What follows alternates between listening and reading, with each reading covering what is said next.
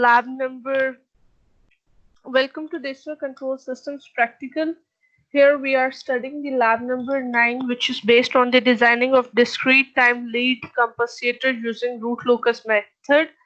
The basic learning objective of this lab is to design the discrete time lead controller to meet the given design specification. And basically, the first one we want to understand the what is lead compensator. Basically, lead compensator is an electrical network which produces the sinusoidal output having phase lead when a sinusoidal input is applied. This is the network of the lead compensator. Basically, this produces the sinusoidal output when the sinusoidal input is applied with the phase lead. And the second one is the transient response. Basically, what is the transient response? Transient response is basically such kind of response in which the system change from Earth position from an equilibrium to the steady state. Basically, transient response occurs for a very short time, in a very short time period, and uh, uh, and basically the lead compensator is commonly used to improve the transient response of the given system. The transfer function of the lead compensator can be written as G d of z equals to k, basically constant, and z plus a over z plus b, z plus b. And we can discuss further lead compensator in this slide, in the coming slide. Here is the compensator gain, which is equals to GC of S equals to S plus Z over S plus P, basically zeros over poles, and alpha equals to Z over P and P equals to Z over alpha. And here we are putting the value of P in the compensator gain. Whenever you analyzing the compensator for stability, you need to consider the zeros in inverse, and we can say that z is greater than 0 and alpha is less than 1. In most cases we ignore the alpha, that's why we don't put it the value of alpha, or also we don't write the symbol of alpha. And here we can we can already now that s equals to j of omega, and by putting the values of s, we can get the transfer function, sorry, we can get the compensator gain. And here is the q, the basically angle of p equals to single pole phi, basically बोलते हैं इसको, वो single pole के बराबर है, और q of z equals to basically single zero. Here is the example. Basically, uh, mm, uh, for uh, for designing of the control system, we need to analyze some requirements for our control system. Basically, rise time, settling time, phase and gain margin, and the damping ratio. These are the requirements for the performance goal of any control system. And in a closed loop system, we does not meet these requirements. That's why as a control system designer, you can get to choose any compensation technique you want as longer as they meet your system requirements. So that's why we are choosing mostly control system, closed loop control system. And in previous slide, when you play this video, and in here's the introduction, or basically introduction of the compensator gain. And also this one is the slide in which I write the requirements for a closed loop system, or for any for any control system. So that सबसे पहले part में हमारे पास एक block diagram है जिसमें मैं एक reference signal देती हूँ, आगे समीशन होता है, फिर एरर होता है। कंट्रोलर कंट्रोलर का जो यहाँ पे पार्ट है वो एज अ फेस लीड हम लोगों के पास कंसीडर किया जाता है। हम लोग यहाँ पे फेस लीड की बेसिकली लेट की हम लोग बेसिकली टेक्निक यूज कर रहे हैं। उसके बाद इनपुट दी जाती है प्लांट को और फिर वो हमें आउटपुट दे देता है, ठीक है। उसके बाद जो हमारे पास सेकंड वाला सर्किट है उसमें हम लोग इसको विद द रूट लोकस के साथ डील करते हैं और उसमें हम लोग के ऐड करते हैं और उसका जो ट्रांसफर फंक्शन होता है वो हम लोग लेते हैं 1/s+2 और s+3।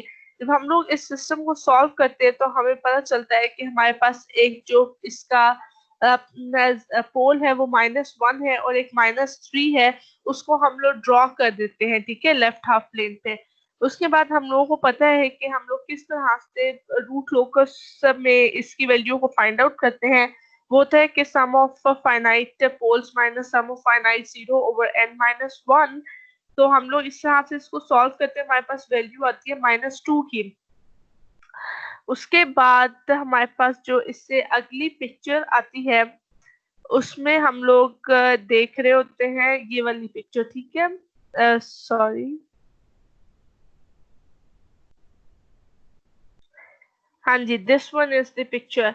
इसमें हम लोग बेसिकली फेस लाइट का बेसिकली हम लोग कॉन्सेप्ट यूज करते हैं और हम लोग इसमें उसकी वैल्यू को पुट करते हैं। उसका एक सिस्टम हम लोग लेते हैं s+4/s+5, ठीक है। ये बेसिकली फेस लेड के तौर पे यूज किया जाता है। हम लोग फिर इसका -4 हमारे पास इसका एक जीरो होता है और -5 हमारे पास एक पोल होता है। इसको हम लोग एक्स एक्सिस पे और वाई एक्सिस मीन्स के हम लोग एस प्लेन के ऊपर इसको हम लोग ड्रॉ कर लेते हैं बेसिकली, ठीक है। और उसके बाद हम लोग इसकी स्टेबिलिटी को चेक करते हैं बाय पोल्स एंड जीरोस के लेफ्ट और हाफ प्लेन के अकॉर्डिंगली, ठीक है। उसके बाद हमारे पास जो एग्जांपल होती है वो हम लोग क्लोज लूप सिस्टम की लेते हैं। मैंने पहले ही बताया है कि हम लोग ओपन लूप सिस्टम क्यों नहीं ले रहे यहाँ पे, क्योंकि हम लोगों को जो हमारे सिस्टम की रिक्वायरमेंट्स हैं और जो उसके परफॉर्मेंस गोल को एनालाइज करने के लिए मीन्स के उसके लिए हमारे पास जो रिक्वायरमेंट्स होती हैं वो क्लोज लूप सिस्टम उसको फुलफिल नहीं कर रहा। दैट्स व्हाई हम लोग सॉरी ओपन लूप सिस्टम उसको फुलफिल नहीं कर रहा। दैट्स व्हाई हम लोग क्या करते हैं, क्लोज लूप सिस्टम की तरफ शिफ्ट हो जाते हैं, ठीक है। हमारे पास जो डिजिटल कंट्रोलर होता है वो बेसिकली बनता है, उसके ऊपर कुछ टेक्निक्स अप्लाई की जाती हैं, ठीक है। लास्ट लैब में हम लोगों ने बाइलिनियर ट्रांसफॉर्मेशन की टेक्निक अप्लाई की थी। इस लैब में हम लोगों ने क्या किया, हम लोगों ने इसमें लेड कंपनसेटर जो होता है विद रूट लोकस की टेक्निक हम लोगों ने इसमें यूज की है। रूट लोकस हम लोगों ने पहले भी पढ़ा हुआ है लीनियर कंट्रोल सिस्टम में और हम लोगों ने इसमें लैब नंबर 5 में रूट लोकस को डिटेल में डिस्कस किया था। इसके ऊपर लैब परफॉर्म की थी हम लोगों ने लैब व्यू पे, ठीक है। अब हम लोगों ने क्या करना है, हमारे पास यहाँ पे एक डिजिटल डिस्क्रीट कंट्रोल सिस्टम हम लोगों को दिया गया है, क्लोज लूप, ठीक है। अब हमने सबसे पहली चीज हमारे पास जो भी कोई भी क्लोज लूप सिस्टम होता है उसमें हम लोग जो हमारे पास सिस्टम की रिक्वायरमेंट होती है उसमें हमारे पास उसका राइज टाइम आता है, सेटलिंग टाइम आता है, डैम्पिंग रेशियो होती है, डैम्पिंग फ्रीक्वेंसी होती है और सैम्पलिंग फ्रीक्वेंसी होती है, ठीक है। हमने इनके फॉर्मूलाज पढ़े हुए हैं, ठीक है। हमारे पास ऊपर इसकी स्टेटमेंट में उसने वैल्यूज भी गिवन दी हुई है, ठीक है। हम लोग इसको by putting the value of omega n, ठीक है अपना, और इनकी इक्वेशंस का हमें ऑलरेडी पता है। हम लोग इसकी इक्वेशन की वैल्यूज को पुट करते हैं और इसकी वैल्यूज को हम लोग निकाल लेते हैं, ठीक है। उसके बाद हम लोगों को वो कहते हैं कि approximately we get approximately 9 samples per cycle of the damped oscillation। Means के हमारे पास जो इसकी डैम्प्ड ऑसिलेशन का जो साइकिल होता है उसमें पर साइकिल हमारे पास 9 सैंपल्स अप्रोक्सीमेटली आते हैं, ठीक है। उसके बाद हम लोग क्लोज लूप पोल्स इन एस प्लेन के लिए हम लोग इसमें 1 और 2 करके हम लोग इसकी कैलकुलेशन के लिए हम लोग फॉर्मूला पुट कर देंगे, ठीक है। ये सारे फॉर्मूलाज हमने लीनियर कंट्रोल सिस्टम में भी पढ़े थे, settling time, rise time, damping ratio, damping frequency को किस तरह से कैलकुलेट किया जाता है, ये वही फॉर्मूलाज हम लोग यहाँ पे यूज कर रहे हैं, कोई नए फॉर्मूले नहीं है, ठीक है।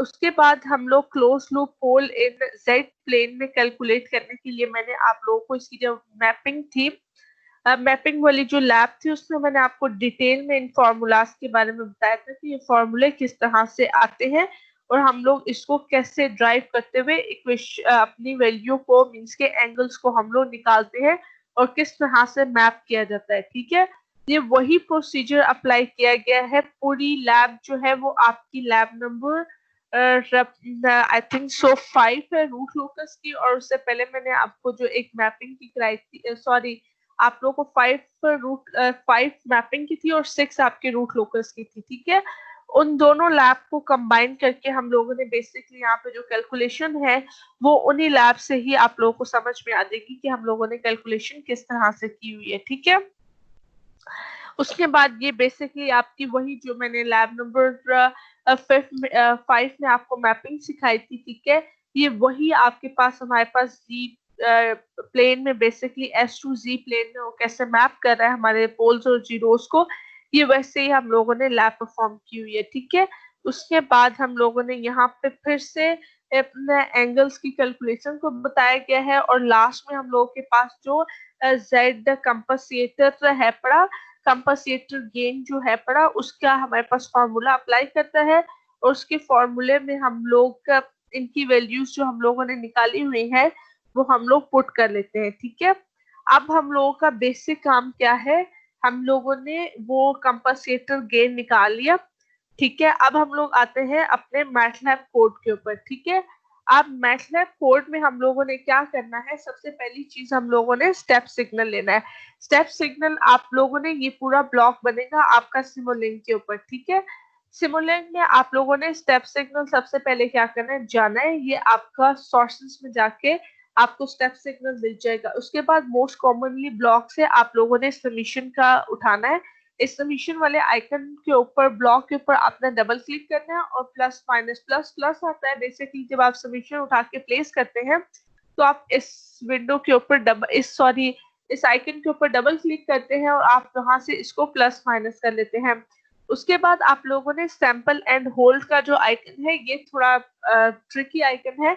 इसमें यह है कि आपकी लाइब्रेरी पूरी इंस्टॉल्ड होनी चाहिए। ठीक है, इसमें आप लोगों ने क्या करना है,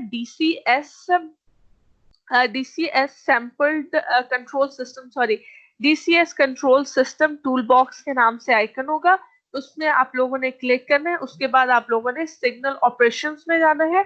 सिग्नल ऑपरेशंस में जाने के बाद आपको ये वहां से सैंपल एंड होल्ड का अपना आइकन मिल जाएगा। सही है, उसके बाद आप लोगों ने डिस्क्रीट में जाना है, वहां से डिस्क्रीट ट्रांसफर फंक्शन ले लेंगे और वहीं से आपको जीरो ऑर्डर होल्ड का आइकन भी मिल जाता है। और कॉन्टिन्यूस में जाएंगे तो आपको ये कॉन्टिन्यूस फॉर्म का आपको एक ट्रांसफर फंक्शन मिल जाएगा। और आपने मोस्ट कॉमनली ब्लॉक जो सबसे पहला ब्लॉक होता है वहां से सबमिशन भी मिलता है और आपको स्कोप भी मिल जाता है। ठीक है, अब आपको क्या करना है, जहां पे डिस्क्रीट ट्रांसफर फंक्शन है उस आइकन के ऊपर डबल क्लिक करना है, उस पर नॉमिनेटर और डिनोमिनेटर की वैल्यूज को आपने पुट कर देना है। ठीक है, उसके बाद फिर आपने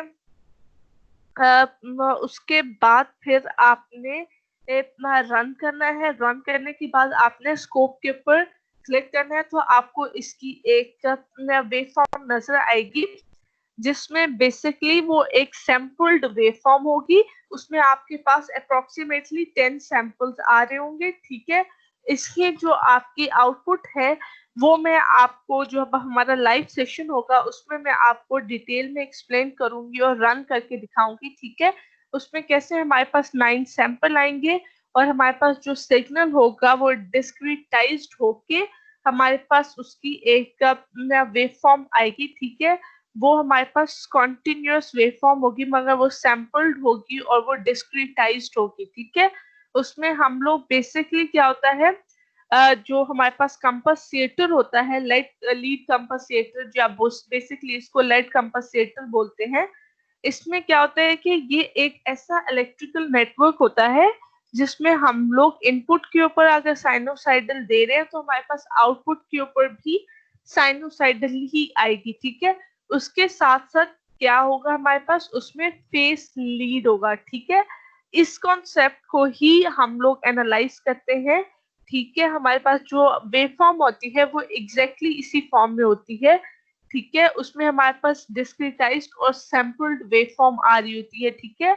वो बेसिकली हमारा इस लैब का बेसिक पर्पस था कि हम लोगों ने डिजिटल कंट्रोलर को डिजाइन किया, मगर हम लोगों ने इस टाइम उसके ऊपर डिफरेंट टेक्निक लगाई, ठीक है।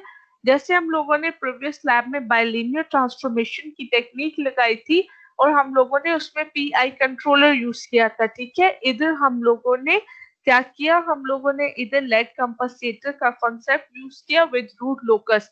रूट लोकस क्या होता है, बेसिकली वो हमें अपने सिस्टम की स्टेबिलिटी के बारे में बता रहा होता है और पोल्स और जीरोस की आइडेंटिफिकेशन में हमें बेसिकली आसानी होती है, उसकी प्लॉटिंग में आसानी होती है। बेसिकली रूट लोकस हम लोगों ने यूज किया, उसके बाद फिर हम लोगों ने मैपिंग की। हम लोग ऐसे जी प्लेन में आए, सही है। मैपिंग के लिए बेस्ट लैब थी आपकी लैब नंबर 5, उसमें हम लोगों ने मैपिंग सीखी थी लैब व्यू के ऊपर भी और मैटलैब के ऊपर भी, ठीक है। उसके बाद लैब नंबर 6 में हम लोगों ने रूट लोकस को देखा था।